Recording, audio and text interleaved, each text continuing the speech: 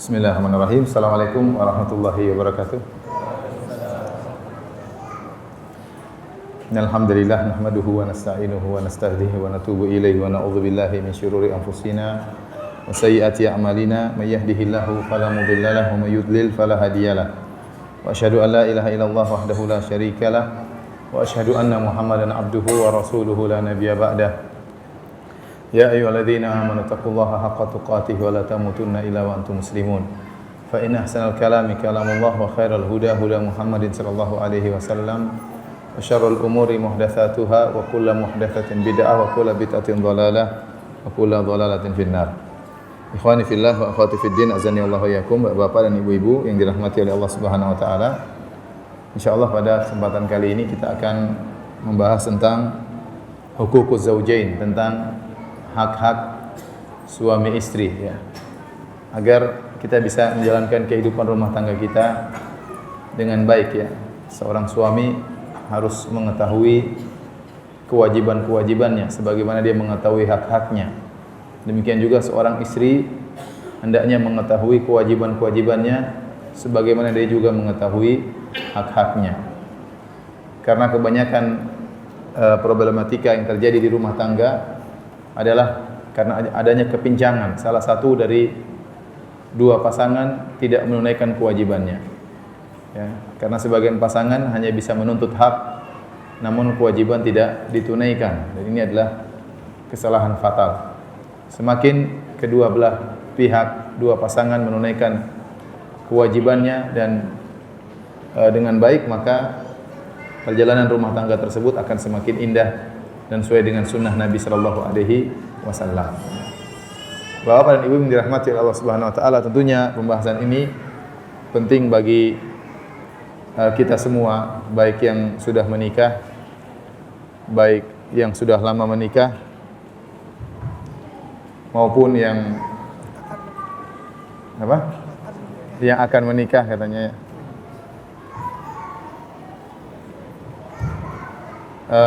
Jadi pembahasan ini penting baik yang sudah lama menikah maupun yang baru menikah, bahkan penting juga bagi para jomblo, ya. Karena selama menunggu masa penderitaan tersebut hendaknya mereka juga belajar, ya, bagaimana menjadi suami yang baik di kemudian hari. Karena sebagaimana al-ilm qabla al-qaul wal amal, bahwasanya ilmu itu sebelum bertindak dan sebelum masuk dalam pelaminan, ya. Taib. Hadirin hadirat yang dirahmati oleh Allah Subhanahu wa taala, mana yang kita dahulukan nih? Hak suami atau hak istri? Hak suami dulu, ya, ya. Kita dahulukan hak suami, ya. Insyaallah kita akhiri dengan ending yang indah tentang hak istri. Taib. Yang pertama tentang hak suami. Hadirin dan hadirat yang dirahmati oleh Allah Subhanahu wa taala, hak suami tentunya sangat besar, ya. Hendaknya ditunaikan oleh para wanita, ya. Oleh karenanya Nabi sallallahu alaihi wasallam telah mengisyaratkan dalam banyak hadis, ya, betapa besar hak suami terhadap istri. Kata Nabi sallallahu alaihi wasallam, "Lau kuntu amiran ahadan an yasjuda li ghairillah la amartul mar'ata an tasjuda li zawjiha." Kalau saya boleh memerintahkan seorang sujud kepada selain Allah, maka saya akan menyuruh seorang wanita sujud kepada suaminya. Kenapa? Li'idhami haqqihi 'alaiha, karena begitu besar hak seorang suami terhadap istrinya. Ya, kemudian juga dalam satu hadis Rasulullah SAW pernah bertanya kepada seorang wanita, ya. Kata Nabi SAW, "Aina unzuri aina anti minhu." Lihatlah bagaimana kondisi dirimu atau posisimu di hati suamimu. Fa innahu jannatuki aw naruki, karena suamimu itu adalah surgamu atau nerakamu, ya. Ini menunjukkan bahwasanya di antara perkara yang memudahkan seorang wanita masuk surga adalah berkaitan dengan suaminya. Jika dia berbakti kepada suaminya, berbuat baik kepada suaminya, maka dia akan mudah masuk surga. Dan sebaliknya, di antara perkara yang memudahkan seorang wanita masuk neraka juga bagaimana sikapnya terhadap suaminya. Jika dia salah bersikap, kurang ajar terhadap suaminya, suka membangkang suaminya, maka dia mudah untuk masuk neraka jahanam. Karena Nabi mengatakan, fa innahu jannatuki aw naruki. Karena suamimu itu adalah surgamu dan juga sekaligus nerakamu. Surgamu atau nerakamu. Tinggal kau pilih yang mana. Bahkan sebagian ulama berpendapat, tatkala seorang wanita sudah menikah, maka ketaatannya yang tadinya berbakti kepada orang tua, sekarang semakin kuat kepada suaminya. Baktinya kepada suaminya harus lebih daripada orang tuanya, karena sekarang dia di bawah naungan suaminya, ya. Sehingga jika terdapat dua pertentangan antara orang tuanya dengan suaminya, selama tidak mengantarkan kepada kedurhakaan, maka keinginan suaminya harus didahulukan. Contoh misalnya, ibunya ingin dia tinggal bersama dia, sementara suaminya ingin tinggal di luar kota. Maka saat itu dia harus taat kepada suaminya. Karena ini berkaitan dengan masalah kerumah tanggaan, ya. Selama tidak mengakibatkan kedurhakaan kepada kedua orang tua. Maksud saya, seorang istri harusnya sadar, ya, bahwasanya kewajiban dia untuk berbakti kepada suami itu sangat besar dan pahalanya besar. Makanya sampai Nabi mengatakan, "Lau kuntu amiran ahadan an yasjuda li ghairillah la amartul mar'ata an tasjuda li zawjiha." Kalau saya boleh suruh orang sujud kepada selain Allah, saya akan suruh sujud kepada seorang suami. Wanita disuruh sujud kepada suaminya. Ini menunjukkan hak suaminya sangat besar. Sampai kalau boleh seorang disuruh sujud kepada orang lain, maka seorang wanita akan disuruh sujud kepada suaminya. Maka saya ingatkan kepada para ibu-ibu sekalian, jika ibu-ibu tatkala bertutur kata lembut kepada orang tua, kepada ayah dan ibu, ibu-ibu merasa dapat pahala. Seorang istri tatkala bertutur kata yang lemah lembut di hadapan ayah dan ibunya, dia merasa dapat pahala, maka demikian pula tatkala dia bertutur kata lemah lembut kepada suaminya, dia juga dapat pahala, karena ini sama-sama berbakti. Ini berbakti, ini juga berbakti. Berbakti kepada orang tua, berbakti juga kepada suami. Sebagaimana seorang wanita tatkala mengangkat suaranya di hadapan suaminya, ya, membentak suaminya atau mungkin menjewer suaminya, dia merasa berdosa, maka demikian pula kalau dia merasa mengangkat suara di hadapan orang tuanya, dia merasa berdosa, maka demikian pula jika dia mengangkat suaranya di hadapan suaminya, ya. Oleh karenanya seorang istri harus sadar bahwasanya hak suaminya sangatlah besar yang harus dia tunaikan. Dan perkara yang perlu diingat oleh para wanita, ya, tatkala dia menunaikan hak suaminya itu atas perintah Allah Subhanahu wa taala. Ya, betapapun kondisi suaminya. Dia jangan menunggu saya hanya berbuat baik kalau suami saya berbuat baik. Tidak, dia berusaha menciptakan kebaikan tersebut karena dia menjalankan kewajiban dia yang Allah tugaskan kepadanya. Ya. Oleh karenanya dalam satu hadis Rasulullah SAW bersabda, "La tajidu imra'atun halawatul iman hatta tu'addiya haqqa zawjiha." Seorang wanita tidak akan merasakan manisnya iman sampai dia menunaikan hak suaminya. Saya ulangi, seorang wanita tidak bakalan bisa merasakan manisnya iman sampai dia menunaikan hak suaminya. Ini sabda Nabi sallallahu alaihi wasallam. Maka di antara cara seorang wanita merasakan manisnya iman, dia taat kepada suaminya karena Allah Subhanahu wa taala. Dia taat kepada suaminya karena Allah Subhanahu wa taala. Bisa jadi dia baik, suaminya kurang baik, tapi dia menunaikan apa yang wajib hendaknya dia kerjakan. Adapun suaminya melakukan kesalahan, maka dia nasihati, dan itu urusan antara suaminya dengan Allah Subhanahu wa taala. Ya. Maka seorang yang paling penting dalam kehidupan ini adalah mengenal apa kewajiban yang harus dia tunaikan. Ya, sama seperti kalau kita berbicara tentang ruang lingkup yang lebih besar, skala lebih besar antara rakyat dengan pemerintah. Ya, kita punya hak, ya, tapi kita punya juga kewajiban terhadap pemerintah. Bisa jadi hak-hak kita tidak diberikan oleh pemerintah kepada kita, tapi itu urusan mereka dengan Allah Subhanahu wa taala. Kita boleh nuntut, tapi yang paling penting bagaimana kewajiban kita yang harus kita tunaikan kepada pemerintah. Karena kita akan ditanya oleh Allah tentang kewajiban tersebut, ya.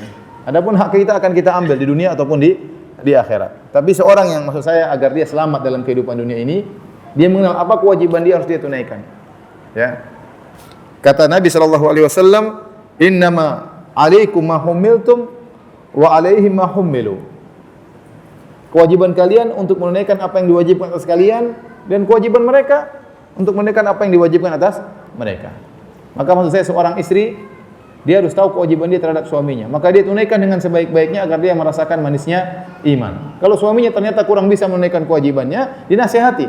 Kalaupun suaminya tidak menjalankan kewajiban dia sebagai seorang suami, itu urusannya dengan Allah Subhanahu wa taala. Anti harus menjalankan kewajiban anti sebagai seorang istri. Baik. Hadirin dan hadirat yang dirahmati oleh Allah Subhanahu wa taala, di antara hak suami terhadap istri, hendaknya istrinya taat kepada suaminya selama dalam rangka bukan bermaksiat kepada Allah Subhanahu wa taala. Ya. Jangan dia terlalu banyak alasan kalau memang alasan tersebut ternyata bukan alasan yang syar'i. Kalau suaminya perintahkan dia, selama dia bisa kerjakan, hendaknya dia berusaha mengerjakan perintah tersebut. Ya. Karena suaminya adalah kepala rumah tangga. Ya. Terkadang terjadi diskusi antara suami istri ya, dalam masalah-masalah tertentu, maka keputusan tetap di tangan suami. Contoh, mau tinggal di mana? Itu hak suami. Ya, menentukan kota tempat tinggal. Karena suami mungkin berkaitan dengan pekerjaan. Contoh misalnya menyekolahkan anak di mana? Ya. Hendaknya diskusi antara suami istri. Istri beri masukan, istri boleh memberikan argumentasinya, tetapi tetap saja keputusan harus di tangan suami. Karena suami adalah kepala rumah tangga. Jangan kalau ternyata keputusan suaminya tidak dia setujui, kemudian dia membangkang, kemudian dia marah-marah, ini tidak benar. Ya. Karena di antara kewajibannya adalah yaitu taat kepada suami. Rasulullah SAW pernah menjelaskan waktu ditanya tentang khairun nisa, wanita terbaik. Maka Nabi SAW menjelaskan di antara sifatnya allati tuti'u zawjaha idza amaraha.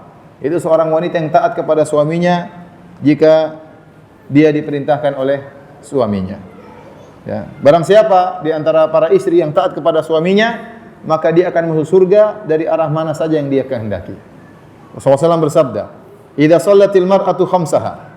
Kalau seorang wanita sudah salat 5 waktu. Ya. Rasulullah SAW tidak bilang salat tahajud, salat duha, ya. Rasulullah SAW tidak bilang salat qobliyah ba'diyah, ya. Rasulullah SAW tidak bilang salat tobat. Rasulullah SAW hanya bilang salat 5 waktu. Idza shallatil mar'atu khamsaha. Kalau seorang wanita salat 5 waktu, wa hafizat farjaha, kemudian dia menjaga kemaluannya, tidak berzina, ya. Kemudian wa ata'at zaujaha, kemudian dia taat kepada suaminya. Qila laha, maka dikatakan kepadanya, udkhilil jannata min ayyi abwabil jannati syi'ti.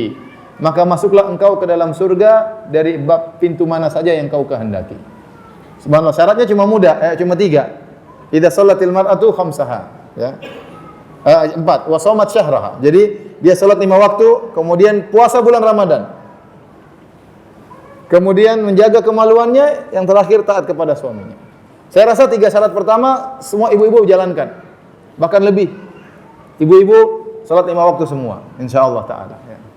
Meskipun salat qobliyah ba'diyah enggak jadi masalah, ya. Ya. Kalau suaminya tegur, "Sayang, kamu enggak salat qobliyah ba'diyah." Kan tidak ada syaratnya. Syaratnya cuma 5 waktu, benar. Tidak syarat, ya. Meskipun dianjurkan, ya, tapi tidak syarat. Kalau seorang wanita salat 5 waktu tanpa qobliyah, tanpa ba'diyah, tanpa salat-salat sunnah yang lain, dia sudah memenuhi syarat pertama. Syarat kedua, dia puasa bulan Ramadan. Meskipun dia tidak puasa Senin Kemis, tidak puasa Daud, tidak puasa Asyura, tidak puasa Arafah, tidak puasa yang lain, cuma puasa bulan Ramadan. Dia sudah memenuhi persyaratan kedua. Persyaratan ketiga, wa hafizat farjaha, dia menjaga kemaluannya. Ya, dia menjaga kemaluannya dengan perkara yang bisa mengantarkan kepada penyimpangan. Dia hindari semuanya. Dia tidak menggoda lelaki, dia tidak digoda oleh lelaki, ya. Dia menjaga kemaluannya tatkala suaminya tidak ada. Sudah terpenuhi 3 persyaratan. Tinggal syarat keempat, wa ata'at zaujaha, dia taat kepada suaminya. Maka dia akan masuk surga. Dikatakan kepadanya, udkhilil jannata min abwabil jannati syi'ti. Masuklah engkau ke dalam surga dari pintu mana saja yang kau kehendaki. Ini menunjukkan dia mendapatkan ganjaran yang besar. Ini menunjukkan ibu-ibu yang dirahmati Allah Subhanahu wa taala, taat kepada suami ini pahalanya besar. Kenapa? Karena taat kepada suami itu perkara yang berat, apalagi zaman sekarang. Zaman sinetron berat. Kalau zaman dulu taat sama suami mungkin gampang, zaman sekarang ibu nonton ini, nonton anu, nonton bagaimana wanita membangkang suaminya, wanita inilah macam-macam ya. Diajarin oleh media-media sosial, diajarin oleh film-film bagaimana istri yang membangkang kepada suaminya. Ya, kemudian macam-macam lah. Oleh karenanya 3 syarat insyaallah mudah, syarat keempat yang agak berat, taat kepada suami. Tapi kalau seorang istri ini taat kepada suami, maka benar-benar dia akan mau surga dari pintu mana saja yang dia kehendaki. Ibu-ibu sekarang bisa mengukur diri ibu-ibu sendiri. Saya ini taat kepada suami atau tidak? Kira-kira. Kalau setiap disuruh sama suami, enggak, maka insya Allah itu taat pada suami. Tapi kalau disuruh, kamu bangkang, itu namanya membangkang sama suami. Masing-masing mengukur dirinya sendiri. Masing-masing tahu rahasia pribadinya.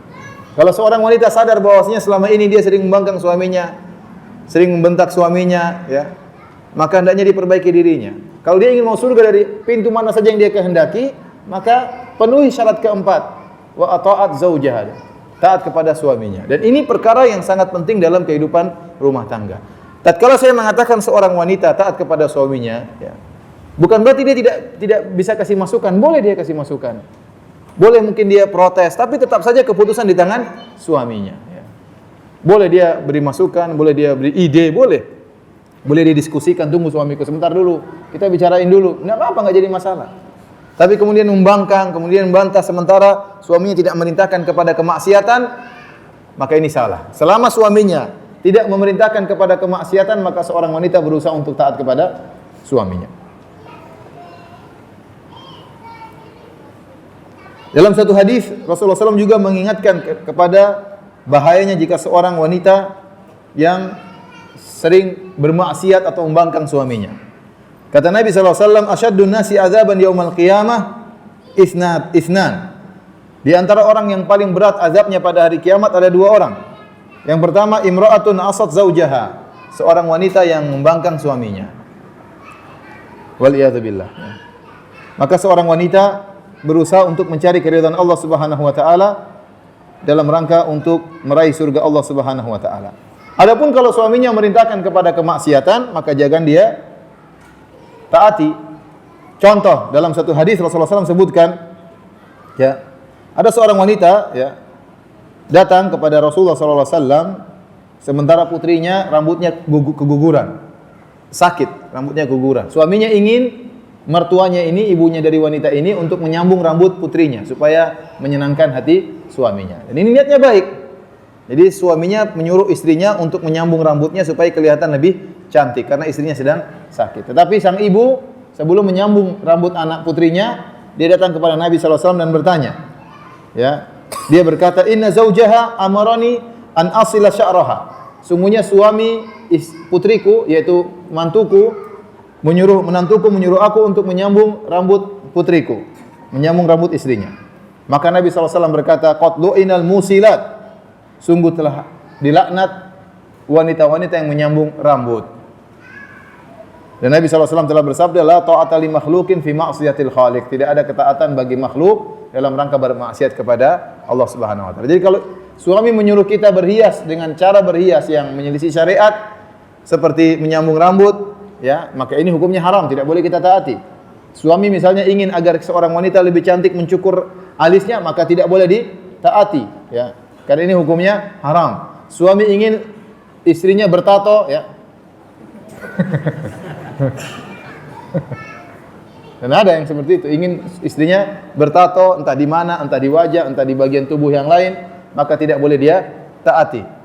Karena dia harus mencari keridhaan Allah Subhanahu wa taala. Tidak boleh taat kepada siapapun dalam rangka bermaksiat kepada Allah Subhanahu wa taala. Contoh, seorang suami misalnya mengajak istrinya nonton yang tidak-tidak. Ya, misalnya nonton sinetron, nonton film, atau bahkan nonton film porno misalnya, maka istri tidak boleh taat.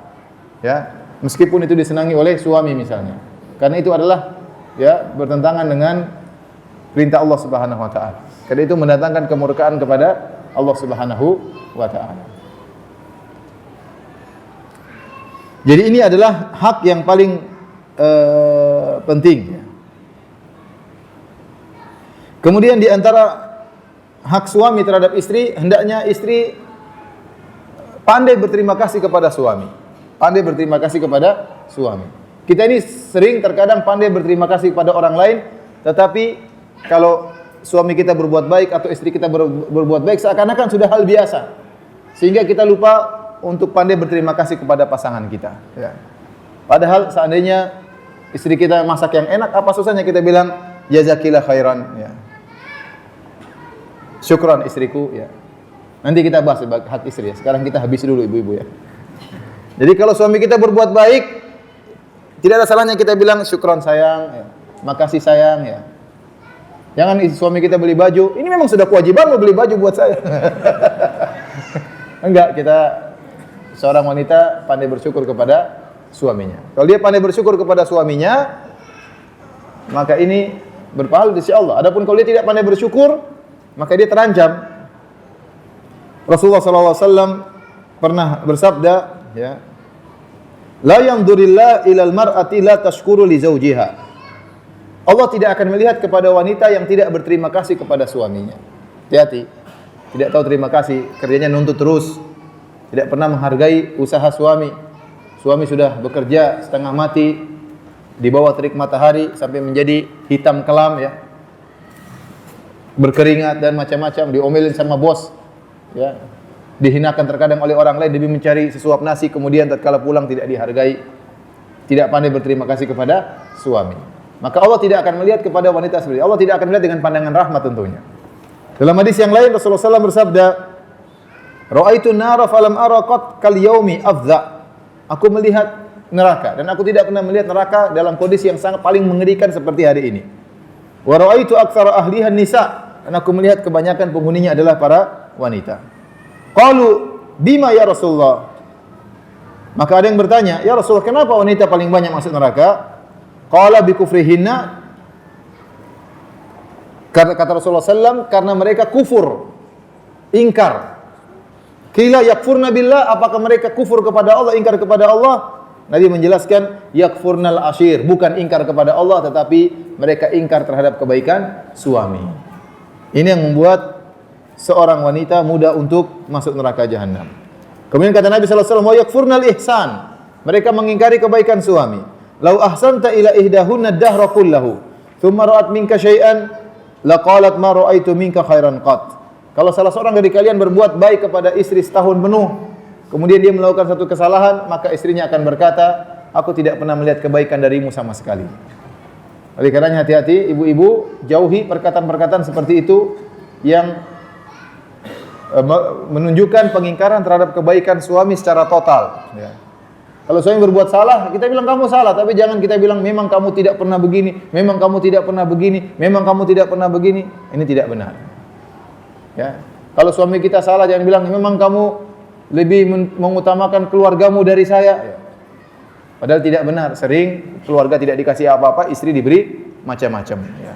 Padahal satu kesalahan. Kau memang lebih mendahulukan ibumu dariku. Ya cuma sekali ini saja.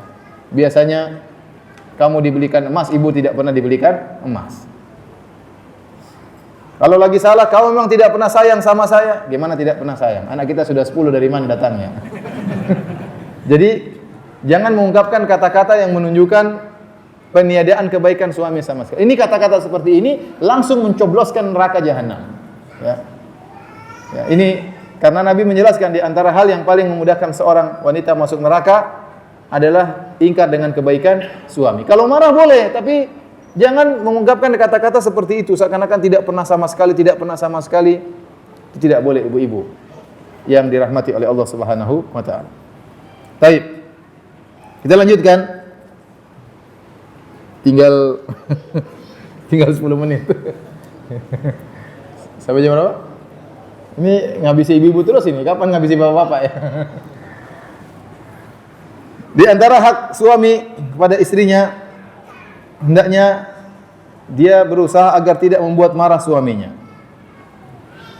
Kalau dia membuat suaminya marah, maka hendaknya segera dia minta maaf. Karena di antara ciri penghuni surga ya adalah al-aud. Kata Nabi SAW, nisa'ukum min ahlil jannah.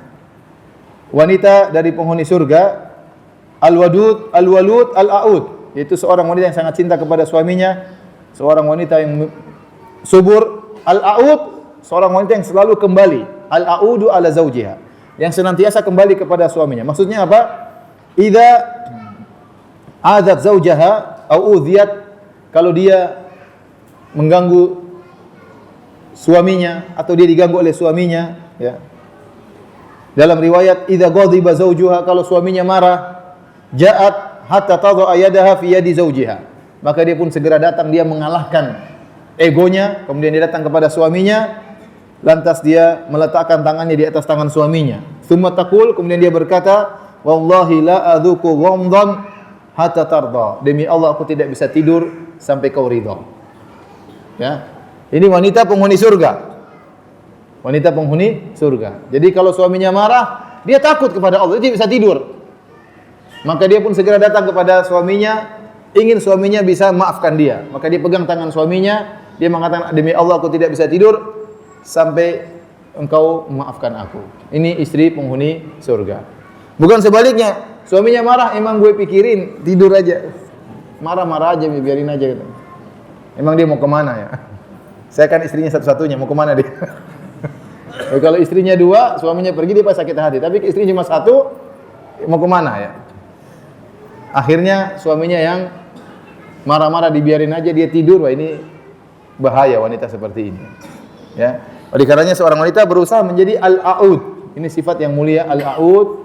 Itu wanita yang senantiasa kembali kepada suaminya. Kalau suaminya marah, dia segera ingin meredamkan kemarahan suaminya. Kita bandingkan dengan wanita zaman sekarang. Kalau sudah marah, banting sana, banting sini, suaminya teriak, dia teriak lebih tinggi daripada suaminya. Atau dia pergi lari ke rumah ibunya, lari ke rumah bapaknya. Sampai di sana bapak dan ibunya semangat juga untuk membangkang suaminya, dikompori oleh bapak ibunya. Ini seperti apa wanita seperti ini? Bagaimana mau jadi penghuni surga kalau begini modelnya? Jangankan tatkala sedang bertengkar, orang sudah diceraikan saja, Allah larang wanita keluar dari rumah. Ya. Kata Allah Subhanahu wa taala dalam surat At-Talaq, ya. Ya ayyuhan nabi idza talaqtumun nisaa fatalliquhunna li'iddatihinna wa asul iddah wattaqullaha rabbakum la tukhrijuhunna min buyutihinna wa la yakhrujna. Kata Allah, wahai nabi, kalau kalian wahai kaum mukminin menceraikan istri kalian, maka ceraikanlah sesuai dengan aturannya. Kemudian kata Allah Subhanahu wa taala, la tukhrijuhunna min buyutihinna, kalau kalian sudah ceraikan istri-istri kalian, maka jangan kalian keluarkan mereka dari rumah-rumah mereka. Wala yakhrujna, dan mereka juga tidak boleh keluar. Ini sudah dicerai saja tidak boleh seorang istri keluar dari rumah. Ini belum dicerai, baru dia omelin, langsung apa? Kabur. Suaminya bingung. Khawatir ditangkap orang, khawatir diculik orang ya. Akhirnya pergi tidak mau kembali, pergi ke rumah siapa ya, ini enggak benar seperti ini ya. Jadi itulah sebagian wanita zaman sekarang, tentunya tidak semuanya. Masya Allah banyak ibu-ibu ya, yang soleha, yang bertakwa kepada Allah Subhanahu Wa Taala. Kalau diomelin sama suaminya dia tidak kabur, ya. Dia pasrah diomelin sama suaminya. Ya. Tetapi kita dapati sebagian wanita seperti itu. Begitu diomelin kemudian kabur lari dari rumah, ya. Dan ini tentunya tidak dibenarkan dalam syariat. Makanya Rasulullah SAW pernah bersabda, salasatun la tujawizu salatuhum adhanahum. 3 orang yang salatnya tidak diterima oleh Allah Subhanahu wa taala. Di antaranya wa imra'atun batat wa zawjuha 'alaiha sakhit. Seorang wanita yang tidur sementara suaminya marah-marah, dicuekin sama dia. Suaminya marah, biarin dia tidur. Ini tidak diterima salatnya oleh Allah Subhanahu wa taala.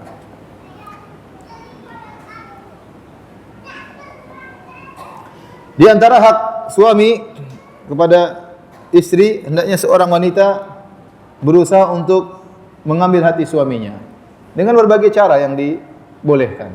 Dengan memperindah penampilannya, dengan memperindah tutur katanya, dengan memperhatikan ruang kamar tidurnya, memperhatikan kebersihan tempat tidurnya, agar suaminya betah di rumah, agar suaminya selalu rindu kepadanya. Agar suaminya selalu rindu kepadanya. Jangan sampai suaminya tidak betah di rumah. Kalau suaminya sering di luar rumah, senang bermain sama teman-temannya, tidak ingin pulang ke rumah, ini ada yang salah berarti. Ya, maka seorang istri berusaha untuk mengambil hati suaminya sehingga suaminya kalau di luar ingin pulang, ingin ketemu dia, ingin ketemu anak-anaknya. Bagaimana caranya? Seorang istri berusaha memikirkan hal ini. Di antaranya dia memperhatikan penampilan tubuhnya, ya, berusaha mempercantik merias wajahnya, perhatikan tubuhnya, ya. Jangan tidak memperhatikan kecantikannya, ya. Jangan kalau suaminya pulang dari kantor kemudian dia pakai baju robek-robek seperti baju perang. Kemudian bau bawang, bau ompol, itu enggak benar seperti itu. Salah seperti itu. Kalau suaminya datang harusnya dia menjadi wanita terindah. Suaminya itu waktu di kantor ketemu dengan wanita-wanita paling cantik. Saya tanya, adakah perempuan kerja di kantor tidak berhias waktu ke kantor? Enggak ada. Pasti semua perempuan kalau kerja di kantor dia akan berhias secantik-cantiknya, seindah-indahnya. Kemudian baru pergi ke kantor. Nah, nanti kalau sudah ke kantor yang lihat suami ibu lihat perempuan ini. Dia lihat tiap hari mungkin ngobrol, mungkin ada urusan kerja, begitu pulang lihat ibu-ibu pakai baju perang ya. Gimana dia tertarik ya? Jadi suami ibu-ibu di luar sudah melihat banyak pemandangan ya. Ya, apalagi di Bali banyak sekali pemandangan yang apa namanya? Menghilangkan hafalan. Tapi menambah pengetahuan kata orang. Mengerikan di Bali. Nah, kemudian pulang ke rumah istri ngawur penampilannya, enggak benar ya. Oleh karenanya seorang wanita berusaha untuk mempercantik dirinya agar bisa menyambut suaminya dengan apapun caranya. Wanita mau pakai parfum, mandi parfum enggak apa-apa, yang penting di rumah ya. Adapun pulang ke rumah berantakan, kemudian kamar tidur berhamburan, spray 3 hari tidak diganti-ganti. Ya gimana? Suami mau semangat tidur di situ. Tidur gatal-gatal ya. Kemudian ada bunyi tikus dan macam-macamnya, ada kecoa ya enggak betah ya. Jadi saya harap ibu-ibu untuk bersihan di rumah, terutama kamar tidur harus bersih, harus indah, harus wangi. Itu kamar tidur harus perhatikan. Dan ini berpahala kalau seorang ibu, seorang istri tatkala merapikan kamar tidurnya, memperindah tubuhnya ya. Maka insyaallah berpahala di sisi Allah Subhanahu wa taala ya. Enggak apa seorang wanita ke salon minta uang sama suaminya, saya mau ke salon. Enggak apa-apa. Ke salon, suami jangan pelit juga ya. Kasih duit biar pergi ke salon. Tapi bukan tiap hari ke salon, itu ngabisin duit namanya.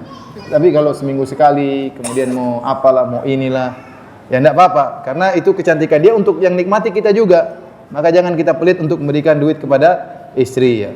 Mungkin istrinya ingin ikut fitness, enggak apa-apa ya. Biar lebih oke tubuhnya misalnya, yang nikmati juga kita ya. Pingin olahraga, pingin apa-apa enggak jadi masalah. Kalau istri kita makannya banyak, tegur jangan banyak-banyak. Nanti semakin memberatkan. Jadi intinya seorang wanita berusaha mempercantik dirinya, memperindah dirinya untuk suaminya, dan itu berpahala di sisi Allah Subhanahu wa taala. Karena masalah menjaga pandangan itu di antara tujuan syariat yang sangat mulia. Makanya Nabi sallallahu alaihi wasallam mengatakan, menikahlah kalian fa inna aghaddu lil basar, karena itu lebih menundukkan apa? Pandangan. Nah, bagaimana seorang suami bisa menundukkan, seorang istri bisa menundukkan pandangan suaminya? Iya, dia harus berpenampilan. Dia harus ramah, dia harus berkata tutur kata yang halus ya, sehingga suaminya rindu. Kalau suaminya ingin bermaksiat, dia ingat istrinya. Suaminya ingin melihat yang haram, dia takut, dia ingat istrinya ya. Kenapa? Karena dia selalu rindu kepada istrinya.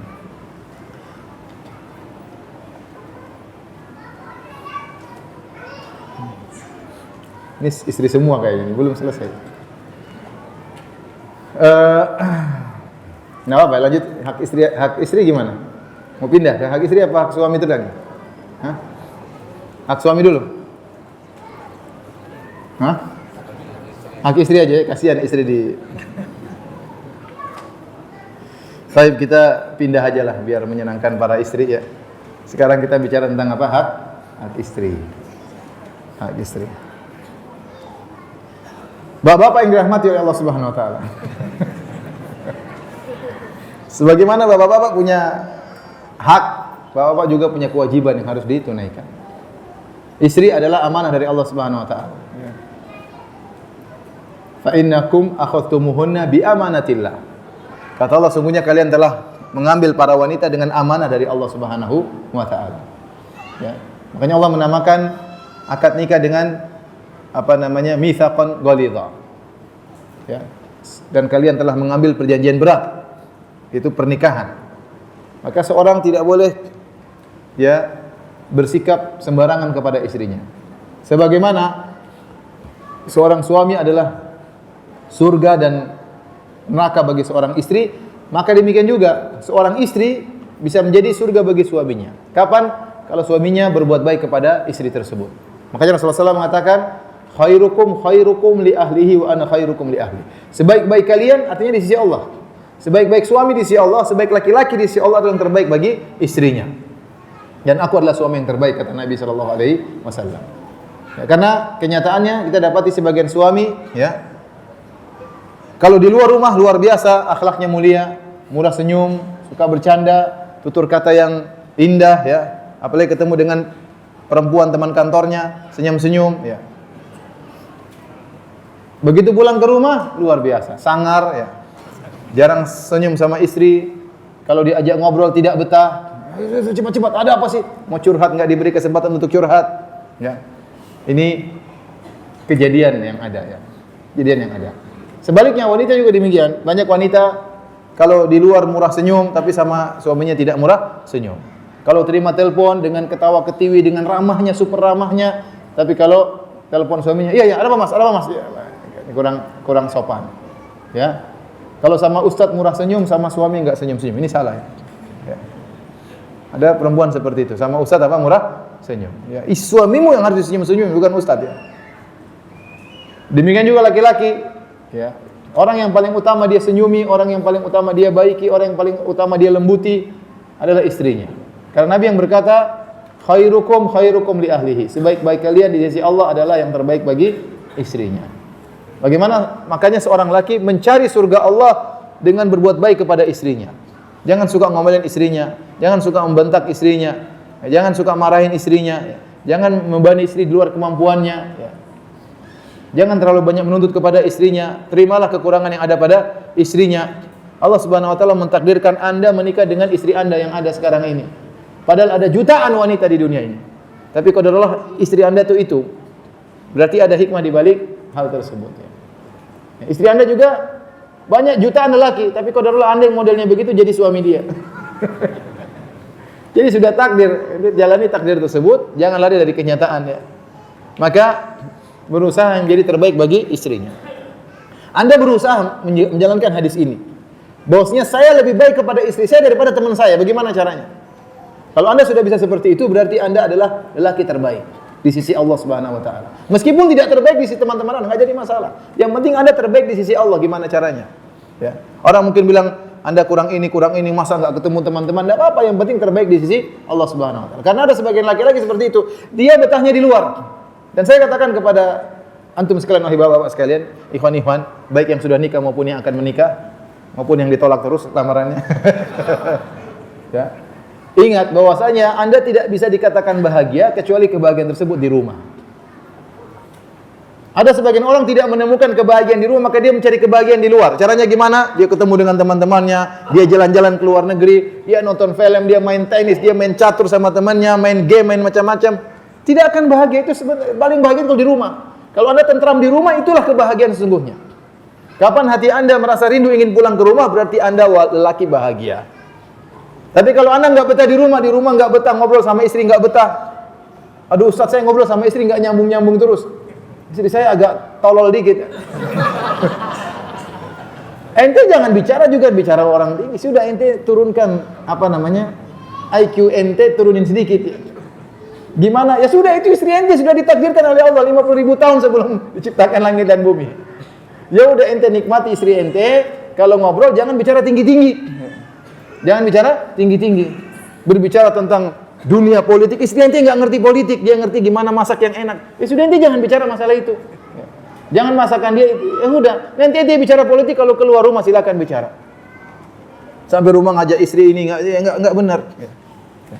Karena bisa jadi tingkatan kecerdasan antara suami istri bisa jadi berbeda. Maka maksud saya, para suami berusaha menciptakan kebahagiaan di rumah. Jangan cari kebahagiaan di luar. Sebagian orang rela mengorbankan kebahagiaan rumahnya demi untuk pekerjaannya. Oh, dia anak enggak bahagia, istri enggak bahagia, yang penting dia sukses dalam kerjaannya. Ini enggak benar, dia tidak akan bahagia. Selama dia tidak menemukan kebahagiaan di rumah, itu lelaki bukan bahagia. Kebahagiaan cuma semu. Ente mau ketemu sama teman, emang ketemu terus, ya enggak juga, dia juga punya kebahagiaan sendiri, dia punya privasi sendiri. Ya, ente mau muter, tapi kalau ente pulang ke rumah tidak bahagia, berarti ente lelaki tidak bahagia. Maka rubahlah. Settingannya harus dirubah. Bagaimana kita bisa menciptakan kebahagiaan di rumah kita? Barulah kita akan menjadi seorang lelaki yang bahagia. Apa tanda-tandanya? Tanda-tandanya kalau Anda lama pingin pulang, pingin ketemu istri, pingin ngobrol sama istri. Nah, ini berarti Anda bahagia. Ya. Tapi kalau istri ajak ngobrol, Anda nggak betah, maunya WA terus, bikin grup ketawa-ketiwi sendiri ya. Akhirnya istri juga ketawa-ketiwi sendiri. Ini berarti ente tidak bahagia. Ente kalau pulang ke rumah lihat anak-anak ente jengkel, ente tidak bahagia. Tapi ente bagaimana pulang ke rumah, ente merasa lihat anak-anak bahagia, senang lihat anak-anak. Kalau ketemu istri bawaannya pengen ngomel terus, berarti Anda tidak bahagia. Ada yang salah. Maka mau saya ciptakan kebahagiaan tersebut supaya Anda menjadi lelaki terbaik di sisi Allah. Khairukum li ahlihi. Sebaik-baik kalian adalah yang terbaik bagi istrinya. Baik. Rasulullah SAW mengatakan istausu bin nisa'i khaira. Anda harus tahu bahwasanya istri memiliki banyak kekurangan. Makanya Rasulullah SAW banyak dalam hadis mengatakan istausu bin nisa'i khaira. Saling berwasiatlah untuk berbuat baik kepada istri. Bahkan sebagian ulama menafsirkan istausu itu artinya saling mewasiatkan. Seperti saya wasiatin kepada antum wasiatin kepada saya. Karena berbuat baik kepada istri sering terlupakan. Sehingga sering terbatik dalam benak suami istri ini memang kewajiban dia jadi istri, memang kewajibannya harus gitu, harus masak, harus ini. Sehingga dia tidak merasa itu kebaikan istri, terlupakan kebaikan istri tersebut. Ya. Nanti kalau ke Arab Saudi beda, istri tidak harus masak, dia bilang mana pembantu. Dia minta pembantu. Ente subhanallah istri ente baik sekali. Dia yang masak, dia yang mencuci pakaian, dia yang merapikan rumah, ya. Dia yang macam-macam. Ya. Ente ambil dia dari rumahnya, mungkin dulu istri ente orang kaya, disayang sama ibunya, disayang sama bapaknya, manja. Begitu sampai rumah ente suruh masak, ente suruh ini, suruh ini. Setelah itu ente tidak berterima kasih kepada istri. Makanya terkadang kebaikan istri sering terlupakan. Maka Rasulullah SAW mengatakan istausu bin nisa'i khaira. Hendaknya kalian saling mewasiatkan di antara kalian agar berbuat baik kepada wanita. Karena ini sering terlupakan. Kemudian kata Nabi SAW, fa innahunna khuliqna min dhila.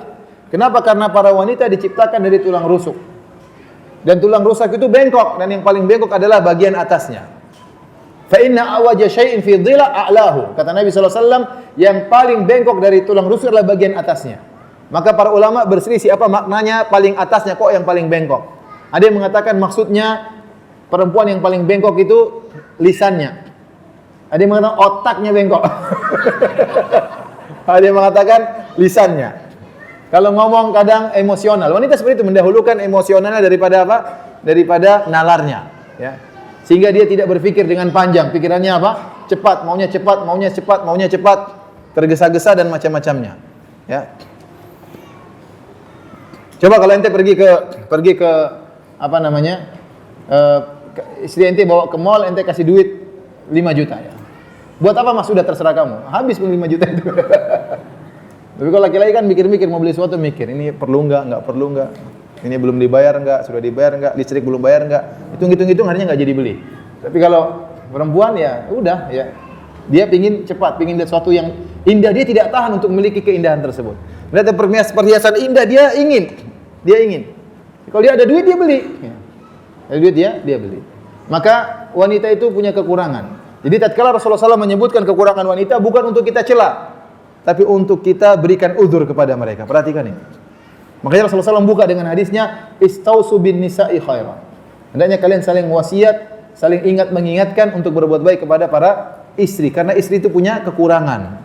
Rasulullah SAW juga bersabda, la yafruqu mu'minun mu'minah in kariha minha khuluqan radiya minhal akhar. Janganlah seorang suami membenci seorang istri yang mukminah. Jangan dia membencinya. Kalau ada suatu perang yang dia tidak sukai, pasti ada perang yang lain yang dia sukai. Istri kita pasti punya kekurangan, Saya katakan tadi, Allah mentakdirkan Anda menikah dengan wanita tersebut. Di antara jutaan wanita, di antara miliaran wanita, dia jadi istri Anda. Ya sudah, terima yang seadanya, terima begitulah modelnya. Dengan kekurangannya. Jangan lihat sisi negatifnya terus, banyak sisi positifnya. Kalau sisi negatif kita perbaiki. Ustaz, saya sudah nasihati enggak bisa berubah. Ya memang berarti ada kekurangan di situ, ulang-ulang nasihatinya, berulang-ulang. Wanita harus diingat-ingatkan. supaya mereka bisa berubah dan bisa berubah insyaallah taala. Jadi hendaknya kita sering beri uzur kepada istri kita karena dia banyak kekurangan. Jangan sampai kita dendam sama istri kita. Jangan sampai sering kita omelin istri, kasihan. Ingat kebaikan-kebaikan istri kita. Minimal Anda ingat, istri kita ini yang membantu kita menundukkan pandangan. Istri kita yang membantu kita untuk menjaga kemaluan. Istri kita membantu kita dengan mengandung anak-anak kita dengan kepayahan, kesulitan yang dia alami tanpa kita bayar sama sekali, ya. Padahal penderitaan yang dia rasakan tatkala mengandung anak kita. Ya. Ini semua kita ingat kebaikan-kebaikannya sehingga menutup kekurangan yang dimiliki oleh istri kita. Kalau istri punya kesalahan, nasihati, bukan dibiarkan, dinasihati. Jangan dibiarkan, dinasihati dengan cara yang lembut, dengan cara yang baik agar istri kita bisa berubah. Baik, di antara hak seorang istri yaitu seorang suami harus memberi nafkah lahir dan batin. Nafkah lahir ada 3, yaitu sandang, pangan, papan harus terpenuhi. Sandang, pangan, papan. Istri harus dikasih makan, jangan nggak dikasih makan. Jadi kalau makan banyak-banyak ditegur, jangan banyak-banyak. Tapi kalau kasih makan ya. Itu kewajiban suami. Suami harus cari nafkah, kasih makan istri. Makan dengan yang wajar. Kalau kemudian juga belikan sandang, belikan baju. Kalau ada uang beli baju. Kasihan istri itu wanita suka keindahan. Saya ingatkan kepada para hadirin, para suami demikian juga yang mau jadi suami ya. Kemarin ada teman di Sydney tanya, "Ustaz, saya mau nikah Ustaz, ada nasihat buat saya enggak?" Jamaah. Ya. Saya bilang, "Kamu kalau nikah nanti kamu akan menemukan banyak perkara yang tidak sesuai antara kamu dengan dia." Apalagi banyak di antara teman-teman yang nikah tanpa pacaran dulu. Kalau pacaran mungkin kan bisa tahu mana kekurangan, tapi itu kan hukumnya haram, tidak boleh ya. Sehingga tatkala menikah sebelumnya tidak pacaran sebelumnya sehingga kaget bertemu dengan makhluk baru. Makhluk halus. Tapi terkadang ada hal-hal yang tidak sesuai ya. Terkadang istri kita menginginkan sesuatu yang tidak masuk akal menurut nalar kita, tapi itulah kesenangan dia. Contoh, istri kita enggak pingin melihat, ini saya bukan bicara istri saya, enggak ya, jangan sampai salah paham. Misalnya istri kita, saya berdasarkan pengalaman dari banyak masalah. Jadi, misalnya istri saya pingin kamar kita warna merah, kita paling benci warna merah. Ya sudah, ente nurut aja. Ya. Karena yang ngatur-ngatur kamar bukan kita tinggal tidur aja. Padahal kita paling benci warna merah. Ada apa? Kita bilang saya pingin warna biru, saya yang maunya warna merah. Sudah ente ngalah aja. Ya. Ente jangan bilang, emang warna biru kenapa? Enggak usah diperdebatkan masalah itu. Enggak usah diperdebatkan ya misalnya. Ya, artinya ada hal-hal yang istri kita, misalnya istri bilang, saya enggak suka kalau kamu pakai baju kotak-kotak misalnya. Bukan musim pemilu ya, enggak. Saya enggak suka lihat kamu pakai baju kotak-kotak. Sudah ente nurut saja. Ya. Ente nurut saja, enggak usah ente protes. Emang kotak-kotak kenapa? Enggak usah. Itu ada, kalau begitu-begitu enggak usah protes ya. Udah terima saja ya. Jadi ada hal-hal yang seorang istri terkadang menginginkan sesuatu yang dia ingin kebaikan bagi kita, namun mungkin nalar kita tidak sampai ya. Ya sudah, itu masalah berkaitan dengan perasaan wanita, dengan selera wanita, ya sudah ente ikuti saja. Ada seorang istri mengatakan, "Mas, saya tidak ingin rambutmu panjang." Ya sudah, ente jangan panjangkan rambut. Kenapa? Kalau kamu rambutnya panjang seperti tante saya yang suka marah-marah. Mungkin dia tidak bisa jelaskan. Udah ente rambut udah rapi aja, saya enggak suka lihat kamu rambut panjang. Udah kita nurut aja. Ya akhi, subhanallah, saya pernah didatangi oleh seorang, nangis dia. Beneran nih. Datang sama saya, "Ustaz, saya punya masalah." Sambil nangis. "Ada apa?" saya bilang. "Istri saya enggak mau kalau saya punya jenggot." Subhanallah. "Gimana Ustaz?" "Terus ya saya tetap pelihara." "Terus gimana?" "Kalau dia lihat jenggot saya tidak berselera." Wah. Saya bilang, kamu harus berjalan di atas ajaran Allah, sabar. Ya coba. Itu ente cuma tidak mau dipakai baju kotak-kotak, ringan. Ini coba ya. Berat kalau ente punya istri, saya tidak ingin kamu punya jenggot. Ya. Jadi ada hal-hal yang istri kita tidak suka dari kita, ya udah selama itu tidak melanggar syariat dan selama itu bisa kita lakukan, ya udah lakukan saja. Lakukan saja. Enggak usah kita banyak protes. Misalnya, "Mas, saya pingin kalau kamu masuk ke rumah kamu dehem dulu." Ya udah ente ikut aja, apa masalah? Gak usah. Ada apa dehem apa? Yang penting ente enggak pakai peluit. Udah ente pakai. Kecuali kalian kamu harus pakai peluit dulu, jangan ente taati. Kalau hanya dehem apa masalahnya? Ini saya sekedar permisalan saja ya. Jadi terkadang seorang wanita, ya kita tidak bisa mengkiaskan lelaki dengan wanita. Wanita punya perasaan tersendiri, punya emosional sendiri. Selama dia ingin sesuatu yang bisa kita lakukan dan tidak bertentangan syariat, lakukan saja. Lakukan saja. Karena wanita punya kekurangan. Rasulullah SAW berwasiat, istausu bin nisa'i khairan. Hendaknya kalian saling berwasiat untuk berbuat baik kepada istri. Jadi ingat, jangan lupa beri makan sama dia. Ya, jangan sampai makannya terlambat. Nanti bisa kena mah istri ente ya. Kemudian yang kedua, pakaian dibelikan, pakaian yang indah. Kalau dia bilang, "Mas, saya pengen beli baju tidur," belikan baju tidur. Saya pengen mas yang bolong-bolongannya segini, belikan aja, nggak ada masalah. Yang yang nikmati juga, dia pingin baju seperti itu, terserah dia. Ya, dia mungkin punya baju tidur 2, punya baju tidur 3, baju keluar 3, ya nggak apa-apa. Baju keluar 4, ya saya malu ketemu teman misalnya, ya kecuali kalau dia minta dompet 10, ya jangan ditaati. Ya. Pingin sepatu ada 10, ngapain sepatu 10? 2, 3 cukup, ngapain apa? 10. Mubazir, nggak perlu. Ya. Berlebihan ya. Ya. Jadi belikan sandang pangan, kemudian papan, rumah juga disediakan. Rumah disediakan. Kalau bisa bangunkan rumah terbaik. Kalau enggak sewa, cari rumah yang wajar. Cari rumah yang wajar yang bisa dia tempati. Allah berfirman, "Liyunfik dzu sa'atin min sa'atihi. Wa man qudira 'alaihi rizquhu falyunfik mimma atahu Allah." Kata Allah, hendaknya yang memiliki kelapangan rezeki memberi rezeki sesuai dengan kemampuannya. Kalau Anda kaya jangan pelit sama istri. Anda punya kemampuan belikan emas, belikan emas. Anda punya kemampuan bangunan rumah mewah, bangunkan rumah mewah. Allah mengatakan liyunfik dzu sa'atin min sa'atihi. Hendaknya seorang memiliki kelapangan, berinfak sesuai dengan kelapangannya. Kalau tidak punya duit, waman qudira 'alaihi rizquhu, kalau tidak punya duit, falyunfik mimma atahullah, maka sesuai dengan kemampuannya. Istri harus juga mengerti kalau suami tidak punya kemampuan. Tapi kalau seorang suami punya kemampuan, maka jangan dia pelit sama anak istrinya. Ya. Karena di antara penderitaan kalau seorang memiliki seorang suami yang pelit, kasihan istrinya, kasihan anak-anaknya. Antum bapak-bapak jangan pelit sama suami dan istri. Ada orang subhanallah tidak pelit sama tetangganya, tidak pelit sama teman-temannya, tapi sama anak istrinya perhitungan. Ini salah. Ya. Dan Syekh Utsaimin mengatakan kalau seorang berinfak kepada orang lain, infak yang sunnah, dia merasa berpahala. Terkadang dia lupa kalau infak yang wajib itu pahalanya lebih besar. Pahalanya lebih besar. Anda mengeluarkan uang untuk sekolah anak itu infak wajib, pahalanya lebih besar. Anda mengeluarkan uang untuk berobat istri itu infak wajib, ya, pahalanya besar. Ya. Jangan Anda merasa bersedekah sama orang miskin saja dapat pahala, sama anak istri juga pahalanya besar. Bahkan dia wajib, dan ibadah wajib lebih disukai oleh Allah daripada ibadah yang sunnah. Sudah habis ya waktu? Masih banyak.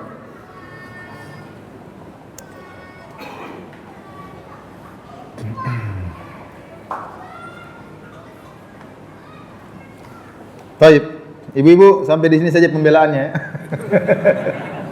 Kita lanjutkan lain waktu insyaallah. Qadarullah waktu sudah habis ya. Tapi saya sudah berusaha membela sehabis-habisnya tadi. Tapi yang mudah-mudahan Bapak-bapak ngerti ya. Baik, ada banyak pertanyaan. Kita jawab sampai jam berapa? Selesai. Sampai 5:30 ya.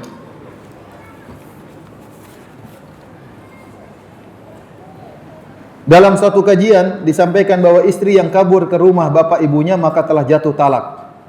Adakah dalil yang sahih dari hal tersebut? Tidak ada dalilnya. Wanita yang kabur dari rumahnya, rumah suaminya, dia bersalah. Tidak boleh dia kabur dari rumahnya. Sebagaimana di antara hak suami, hak istri, kalau suaminya marah, dia boleh memboikot istrinya, tapi tidak boleh wala yahjuruha illa fil bait. Kata Nabi, tidak boleh seorang suami memboikot istrinya kecuali di rumah. Kalau istrinya membangkang maka tidak diajak ngomong, tidak ajak tidur bareng, tidak apa-apa. Tapi tidak boleh dia meninggalkan rumahnya. Kasihan wanita sendiri di rumah, kasihan. Kalau ada maling yang masuk, kalau ada macam-macam ya.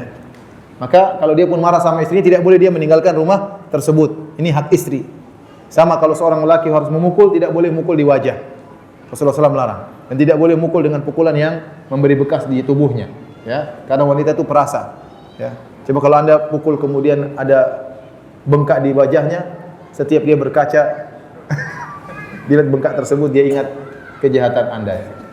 Ya. Oleh karenanya, suami tidak boleh meninggalkan rumah, apalagi istri nggak boleh meninggalkan rumah. Kalau dia marah, dia di rumah, nasihat suaminya. Kecuali kalau suaminya kejam ingin bunuh dia, itu lain cerita ya. Ya, kalau suaminya gila ingin bunuh dia, ya dia kabur, nggak apa-apa. Atau dipukul habis-habisan sampai berdarah, ya dia kabur. Tapi kalau suaminya tidak sampai demikian, maka dia tidak boleh lari dari rumah. Dia tetap di rumah berusaha memperbaiki dirinya. Tapi kalau dia lari dari rumah, maka tidak jatuh talak. Kecuali kalau suaminya ngancam, kalau kamu keluar dari rumah, saya ceraikan kamu, jatuh talak, ya itu baru jatuh. Tapi kalau tidak ada pernyataan demikian, maka tidak jatuh talak. Mohon pandangan Ustaz terhadap fenomena saat ini, yaitu istri yang ikut bekerja mencari nafkah.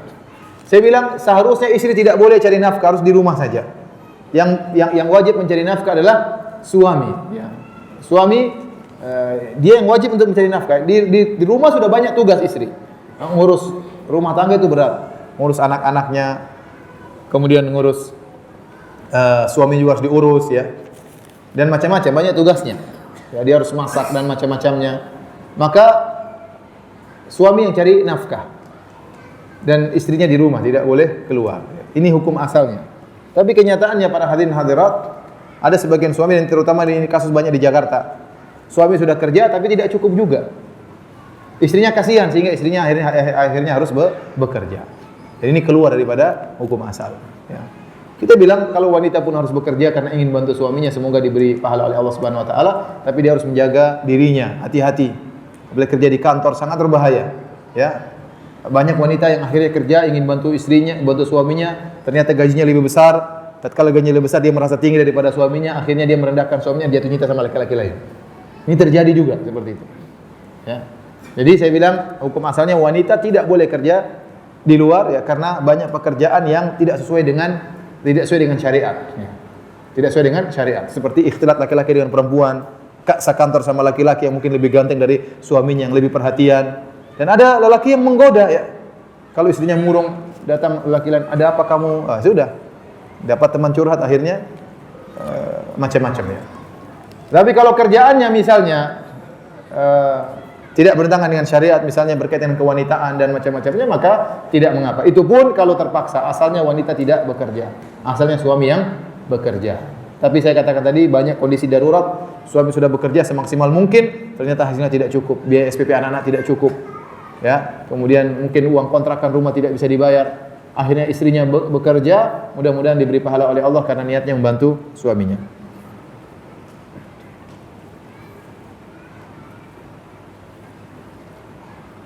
Ustadz, ana pernah mendengar bahwa salah satu ciri penghuni surga adalah istrinya banyak. Lalu bagaimana jika di dunia istrinya hanya satu saja? Ya enggak apa-apa, enggak bertentangan. Ente istri satu di dunia, nanti masuk surga, kalau istri masuk surga jadi ratu bidadari, Allah akan berikan bidadari bagi Anda. Ya. Jadi kalau cita-cita Anda berpoligami di dunia tidak dipenuhi, insyaallah di akhirat bisa berpoligami. Ada sebagian suami bilang begitu, Ustaz, istri saya sudah izinkan saya poligami. Kalau sudah mati katanya boleh poligami.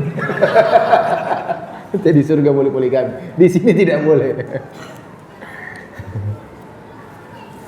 Jadi wanita itu memang sangat pencemburu, itu sifat wanita. Kalau suaminya poligami itu ujian sangat berat. Tidak semua wanita bisa menjadi wanita yang hebat. Hanya wanita yang hebat saja yang bisa menerima suaminya berpoligami. Sampai saya pernah mendengar suatu cerita, ada ustaz cerita. Dia ada seorang wanita, suaminya sudah meninggal. Dia ngurus anak-anak suaminya. Kemudian suaminya dikubur, akhirnya ada petugas dari kuburan datang, "Bu, ini kuburan suaminya mau saya tumpuk dengan mayat yang lain. Kalau ibu nggak bayar pajak, harus bayar pajak entah berapa tahun sekali supaya kuburannya tetap buat satu orang." Kata istrinya, "Ya sudah tumpuk aja. Dia udah meninggal, saya sudah setengah mati ngurus anak-anaknya, tumpuk aja, saya nggak bisa bayar pajak." "Ya udah Bu ya, nanti saya akan tumbuk dengan Bu Lia." Jangan, enak saja tumbuk sama Bu Lia. Sudah saya bayar aja pajak. Enak aja. Udah mati numpuk sama orang lagi, perempuan lain gitu. Sampai dia masih cemburu, ya. Cemburu jadi. Mau saya wanita itu sangat cemburu. Itu wanita yang bagus cemburu, ya. Jangan berlebihan, jangan berlebihan.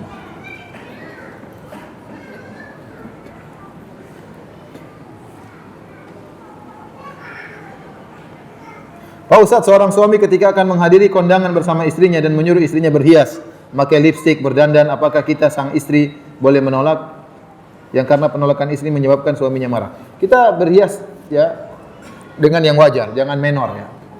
Jangan menor, yang biasa-biasa saja, mungkin bedakan yang biasa saja. Kalau sampai terlalu kelihatan cantik, kita berhak untuk menolak. Bilang suamiku saya ini cantik buat kamu, bukan untuk dinikmati oleh orang lain. Tapi kalau maksud suaminya jangan sampai kelihatan kumuh, jangan sampai kelihatan enggak rapi, enggak apa-apa karena kita juga enggak ingin ya kemudian kita dibilang istrinya enggak diperhatikan, istrinya enggak bisa dirawat dan macam-macamnya ya. Tapi kalau disuruh menor-menor sampai kelihatan cantik sekali sampai macam-macam ya, kita berhak untuk menolak karena kita bilang saya ini cantik untuk kamu, bukan untuk dinikmati oleh lelaki lain.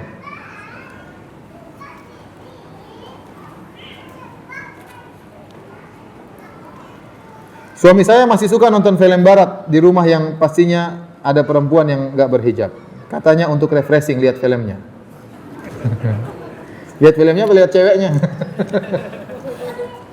Berarti suami bermaksiat, dinasihati baik-baik ya. Nasihati baik-baik ya. Tidak ada suami juga yang sempurna. Mungkin dia punya kebiasaan lama sering nonton film ya. Tegur baik-baik suamiku ya. Jangan nonton inilah, nonton Ipin Upin aja. Jangan nonton ini. Karena ini ada wanita buka aurat. Saya cemburu kalau kamu lihat apa? Wanita yang apa? Terbuka auratnya. Sampaikan demikian. Dengan baik-baik tentunya. Ya.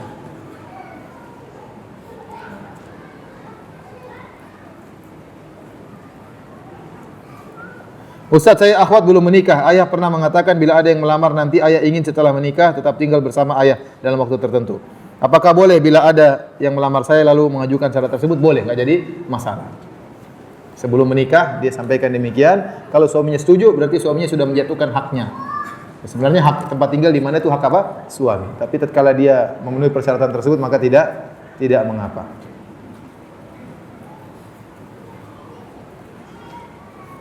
Jika orang tua ingin menikah lagi karena perceraian, haruskah mendapatkan izin anak? Tidak harus ya. Ya dia hanya menyampaikan ya. Dan tidak harus izin anak ya. Kalau dia seorang laki menikah sama wanita yang tersediakan lagi, kalau dia seorang wanita harus izin walinya ya. Harus izin walinya. Bolehkah kita memarahi suami yang malas bekerja atau sudah bekerja tapi tidak bekerja dengan baik? Suka telat masuk yang jadinya imbasnya dengan jumlah gaji yang berkurang. Marahnya yang baik-baik ya. Jangan mencak-mencak, teriak-teriak, banting sana tidak. Ya marah yang sewajarnya ya. Nasihat ya. Dengan baik. Ustadz, bagaimana hukumnya suami yang sibuk sendiri dengan ibadahnya sampai-sampai lupa menafkahi istrinya, nafkah batin terutama? Ini enggak benar seperti ini. Dan apakah ada aturannya dalam agama sekurang-kurangnya berapa kali dalam sebulan suami mendatangi istrinya? Jadi ini pernah dialami oleh Abu Darda. Abu Darda dipersaudarakan dengan Salman Al-Farisi oleh Nabi sallallahu alaihi wasallam. Maka Salman datang dalam Sahih Bukhari. Maka Salman datang kepada Abu Darda. Kemudian dia tidak mendapati Abu Darda, dia mendapati istrinya Mutabaddilah. Istrinya Ummu Darda menggunakan pakaian yang kurang rapi. Ini berarti ada masalah. Harusnya istri pakai pakaian yang bagus untuk menyambut suaminya. Ini kok istrinya tidak persiapan kapan suaminya datang. Maka Salman ada firasat ini ada masalah. Maka dia bertanya, "Aina Abu Darda?" Mana Abu Darda? Maka Ummu Darda berkata, "Akhuka laisa lahu hajatun ila dunya." Saudaramu Abu Darda tidak punya kebutuhan dengan dunia. Isyarat bahwasanya dia tidak perhatian sama saya. Maka Salman ingin menyelesaikan permasalahan. Maka kemudian dia pun tunggu Abu Darda datang. Waktu Abu Darda datang, kemudian Abu Darda menjamu tamu. Salman diberikan makanan. Kata Abu Darda, silakan makan. Kata Salman, saya tidak makan sampai kau makan. Kata dia, saya puasa. Kata Salman, saya tidak makan sampai kau makan. Akhirnya Abu Darda berbuka. Ya. Kemudian dia tidur di situ. Baru awal-awal malam Abu Darda sudah ingin bangun sholat malam.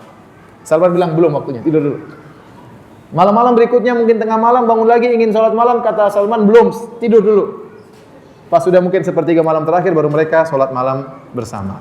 Setelah itu Salman menasihati Abu Darda. Kata Salman, inna li rabbika alaika haqqan. Sungguhnya Rabbmu punya hak. Wa li ahlika alaika haqqan. Istrimu juga punya hak untuk digauli, untuk dicumbui, untuk dimesrai. Anak-anakmu juga punya hak. Ya, wa li zawrika alaika haqqan. Tamumu juga punya hak. Wali jasadika alaika haqqan, badanmu juga punya hak untuk istirahat. Fa'atiku ladzi haqqin haqqah, berikanlah masing-masing haknya. Salman setelah itu pergi, Abu Darda kemudian pergi ke Nabi sallallahu alaihi wasallam. Meng-cross check perkataan Salman. Kali ini perkataan Salman bukan dalil. Maka dia cek kepada Nabi, dia bercerita dengan seadanya, kata Nabi, shadaqa Salman. Benar perkataan apa? Salman.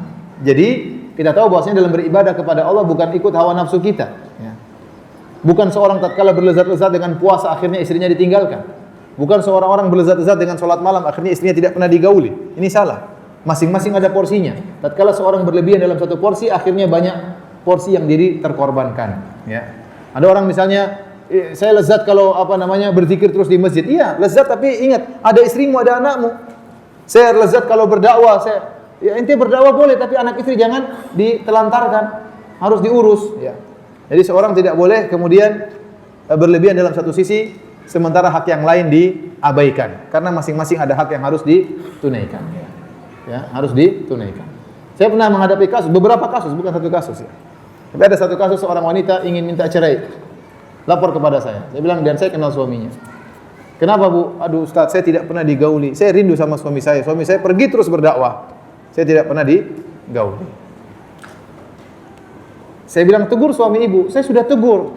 Tegur berulang-ulang sudah, tapi dia selalu mengatakan, kamu kok tidak sabar. Ibrahim alaihissalam meninggalkan istrinya 27 tahun. Kamu hanya baru berapa bulan ya. Kalau mau tinggal 27 tahun enggak usah nikah aja, enggak tinggal 27 tahun.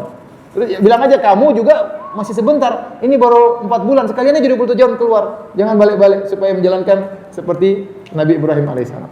Ini salah, Nabi Ibrahim alaihissalam disuruh ninggalkan istrinya, Nabi Ibrahim tidak mau, tapi yang nyuruh siapa? Allah Subhanahu wa taala. Semua dalam Sahih Al-Bukhari. Allahul ladzi amaraka bihadza, Allahu amaraka bihadza. Allah yang perintahkan kau begini wahai suamiku, wahai Ibrahim. Hajar berkata demikian, kata Ibrahim, "Na'am, benar." Jadi, kalau seorang berlebihan dalam satu sisi, ya, bahkan berlezat ibadah lupa dengan istrinya, maka dia salah. Sebaliknya ada seorang wanita pun demikian. Saya pernah menghadapi satu kasus, seorang suami istrinya sangat soleha. Ya, sangat soleha. Nikah istrinya sangat soleha. Suaminya sebelum pergi ke kantor pagi-pagi, tahu di Jakarta perjalanan jauh. Bisa 2 jam baru sampai kantor. Dia ingin berhubungan di pagi hari, tapi istrinya bilang, "Jangan dulu, saya masih zikir pagi petang." Belum, zikir saya belum selesai, baca Quran belum selesai ya. Gimana? Ya, ada perkara yang harus segera dikerjain ya. Akhirnya zikir pagi petang, baca Quran terus, suaminya tidak pernah dipenuhi syahwat. Ini juga salah. Jadi dua-duanya harus memperhatikan suami istri. Ingat, walahunna mithlul ladzi alaihinna bil ma'ruf. Sebagaimana laki punya hak, wanita juga punya hak. Sebagaimana pernikahan itu untuk menundukkan pandangan suami, demikian juga fungsinya untuk menundukkan pandangan istri. Nah, bagaimana kita bisa menundukkan pandangan istri kita? Bagaimana kita tidak bisa bagaimana kita mau menjaga kemaluan istri kita sementara tidak kita gauli, tidak kita dekati, tidak kita mesrai? Maka dia akan mencari pelampiasan di hal-hal yang haram. Kalau sampai terjerumus misal dalam perzinahan atau yang lain, maka yang salah kita. Karena kita tidak memenuhi hasratnya. Yang salah kita, kemudian kita menyesal di kemudian hari.